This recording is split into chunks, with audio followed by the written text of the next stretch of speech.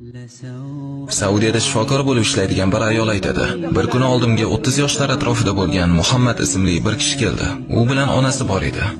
Uni qattiq ushlab olgan edi, chunki u undan qochib ketmoqchi edi. Bu ayol ro'molni yechib tashlab yuborar edi. U esa olib kiydirib qo'yar edi. Bu ayol uni urib, qo'lni tirnab, yuziga tupurar edi. U esa javoban tabassum qilib qo'yar edi. Onasi xonaga kirdi va ro'molni yechib uloqtirib yubordi va aqldan ozgan odamlarga o'xshab kulishni boshladi. U shifokorning stoli atrofida aylanib yurar edi. Shifokor Muhammaddan so'radi: "Kim bu ayol?" "Onam" deb javob berdi. Unga nima bo'lgan? Aytdiki, u aqldan ozgan holatda tug'ilgan. Unda u seni qanday tug'ilgan dedi. Aytdiki, bobom uni odamga turmushga bergan. Alloh unga o'g'ilni berishi uchun ekan. Otam unga uylanib, birinchi yiliyoq ajrashgan. Onam menga homilador bo'ldilar va meni dunyoga keltirdilar. Va 10 yoshimdan beri men unga g'amxo'rlik qilib yuraman. Men u uchun ovqat tayyorlayman. Agar uxlagani yotsam, oyog'imni uning oyog'iga bog'lab qo'yaman. U qochib ketsa-yu, keyin uni topolmasligimdan qo'rqib, "Nega uni olib kelding?" dedi. Aytdiki, uning diabeti va biroz issiqligi bor.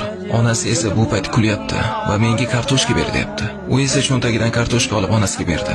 U uning yuziga tupuryapti. U esa kulib yuzidan artib tashlayapti. Shunda shifokor so'radi: "Bu ayol onang seni taniydimi?" U aytdiki, "Allohga qasam, men uning o'g'li ekanligimni bilmaydi, lekin meni yaratgan zot u mening onam ekanligini biladi." Shunda onasi bu bolaga aytadi: "Hoy bola, sen yolg'onchi ekansan. Nega meni Makkaga olib bormading?" U televizorda Makkani ko'rib qolgan edi. U aytdi: "Payshanba kuni ona."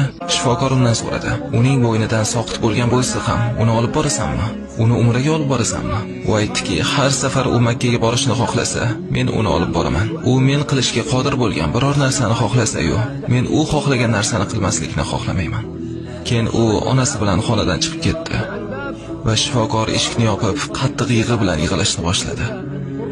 Va aytdiki, "Men ota-onaga yaxshilik haqida eshitgan edim, lekin onasi uni bolasi ekanligini bilmagan erkakni, butun hayoti onasining oyog'i ostida bo'lganini, unga Alloh bu go'zal yaxshilik sahifasini yopmagunicha yaxshilik qilganini ko'rmaganman. U uni aqldan ozganlar shifoxonasiga berib yuborishga qodir edi, lekin u unga o'zi g'amxo'rlik qilishni ixtiyor qildi, unga jannat eshiklari ochilishi uchun. Allohim bizni fazlingdan mahrum qilmagan."